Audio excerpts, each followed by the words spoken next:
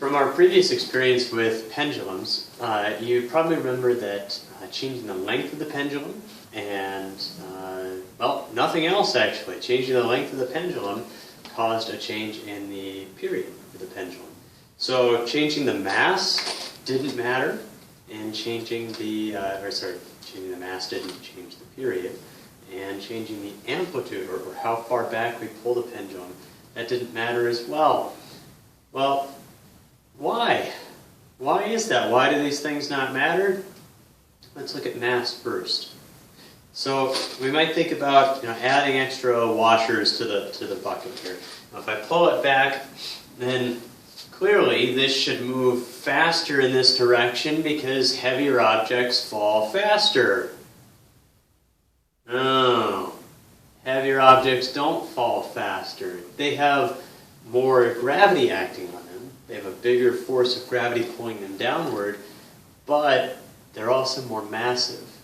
So when we do the force equals mass times acceleration, that mass influences acceleration downward. But the mass also influences how much force they get in the first place. So the force is mass times 9.8. We set that equal to mass times acceleration, and we see we have a mass on both sides. The mass cancels. The mass doesn't matter there. Well, the same thing is true here. So there's a bigger force that acts toward, acts downward, straight downward. So we could think of part of that force as causing motion back toward equilibrium. But we also have a bigger mass that we have to move. So those two effects, they balance each other out. Now what about amplitude? Why doesn't the amplitude make any difference here? If I pull it back like this and let it swing like that, we get the same amplitude as if I pull it back in this direction and swing it. Well, shouldn't that make a difference? Shouldn't it take less time when it only has to travel this far? It's such a smaller distance. Can it go more quickly? Well, how quick it goes is exactly the issue. If we start this thing off just at a very small amplitude like this, look how slowly it travels at each point there. And think about do you want to get hit by this? If I were to place my head right here, okay, not bad, I can take that. Moving really slowly there. If I move it back this direction and place my head right here, I'm not going to do that. That seems like it's going to hurt, right? Got this big heavy weight that's being swung from way high up, and it's going to come down and smack me in the face. I don't want to do that because intuitively I know it's going to be moving faster. So it doesn't have as far to travel when it's got a small amplitude, but it doesn't go very fast either. Here it has a lot farther to travel, but it goes more quickly. And those two effects, they balance each other out. So we get the same amount of time for one complete cycle.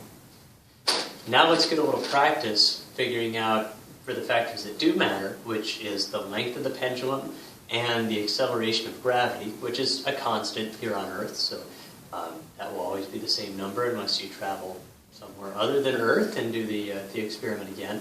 But for those values that actually do influence the period, let's do a little practice, do some examples with how to calculate what the period would be. Or the other direction, knowing what the period would be, figure out what the length of the pendulum is. So here's the equation for the period just for a pendulum. So this is actually even more specific than just any pendulum. This is for a simple pendulum. A simple pendulum is one where we have a very light string with a heavy mass at the end of it. We could also have a pendulum that's, say, just a long piece of wood that has some pivot point at the top, some big 2x4. So that one has a little different behavior than the simple pendulum. So we're just going to deal with simple pendulums, pendula rather.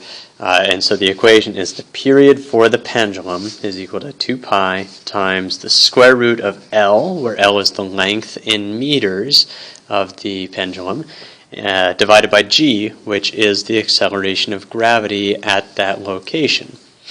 So let's first figure out how long the pendulum has to be for a grandfather clock. So on a grandfather clock, we have the pendulum ticking back and forth, and it takes, well, how long does it take on a grandfather clock to go back and forth one time? You might say 1 second. It's a clock. Tick, tock, tick, tock. And so every tick and every tock, they're spread out by 1 second. And you're right. But it turns out that on a grandfather clock, we have some pivot point here. The pendulum is on one side for a starting position, and then it's all the way here on the other side for the next tick or the next tock of the clock. So to go from here to here takes 1 second. We want it to go all the way back and forth, come out here and come all the way back this way. That's the period. So the period is going to be not just 1 second, but 2 seconds in this case.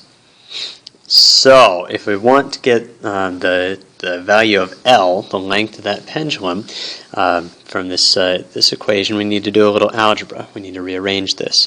So let's plug in what we know here. So we've got the period is 2 seconds.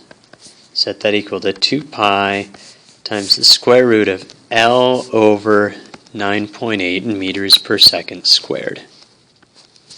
So that's our value for G here on the Earth. So let's divide both sides by 2 pi. So I'll make that 1 second over pi. The 2's cancel, is equal to square root. You know what? Let's just go ahead and square this and make that L over 9.8 meters per second squared. And so then I'll multiply the 9.8 to the other side, or on both sides rather.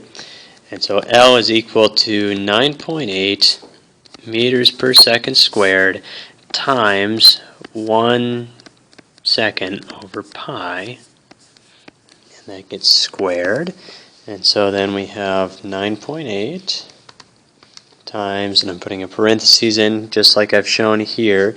So 1 divided by pi, and then I end the parentheses, and then I'm going to square that value, and we'll get 0.9929 meters. So 0.99 meters will work for us. So a 1 meter long pendulum, basically 1 meter long, pendulum has a period of, well, 2 seconds. So 1 tick, 1 tock. That'd be 2 ticks or 2 tocks.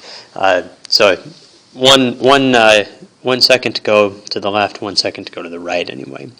So I don't know, maybe there's some significance there that the 1 meter goes with the grandfather clock, and that's 1 second to go from one side to the other, or maybe it's just a coincidence. I don't know how the units were developed with that. Now let's say we take our 0.99 meter long clock with us to the moon, because if you're visiting the moon, you definitely need some kind of a convenient way to know what time it is. And so what is more convenient than a several 100-pound giant clock? Clearly that's a great idea. So let's say we take our clock, which will still have a length, the pendulum still has a length of 0.99 meters, only this time we're going to change gravity to be what it is on the moon, which is about 1.6 meters per second squared. Oops. And we want to know what's the period on the moon. So, will this thing still tell time well? And if not, how far off is it going to be? So in this one, the period is going to be 2 pi times the square root of L, 0.99 meters, over G, 1.6 meters per second squared. And so on this one, we'll do 2 pi times the square root of 0.99 over 1.6, and the 0.99 over 1.6, that's all in parentheses, and then that gets square rooted, and we get here our period is 4.94 seconds. Or we could just say 4.9 seconds, just do 2 sig figs. So 4.9 seconds. A minute ago, our period was 2 seconds. Now it's 4.9 seconds, so it's about 2.5 times slower than it ought to be.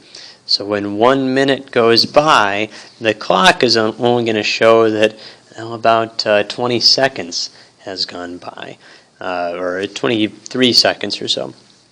So, that's definitely not going to be a good way to tell time, so you have to make a new grandfather clock to take with you for the moon. And a good exercise might be to go through and figure out how long that grandfather clock would have to be, how long its pendulum would have to be in order to work correctly on the moon.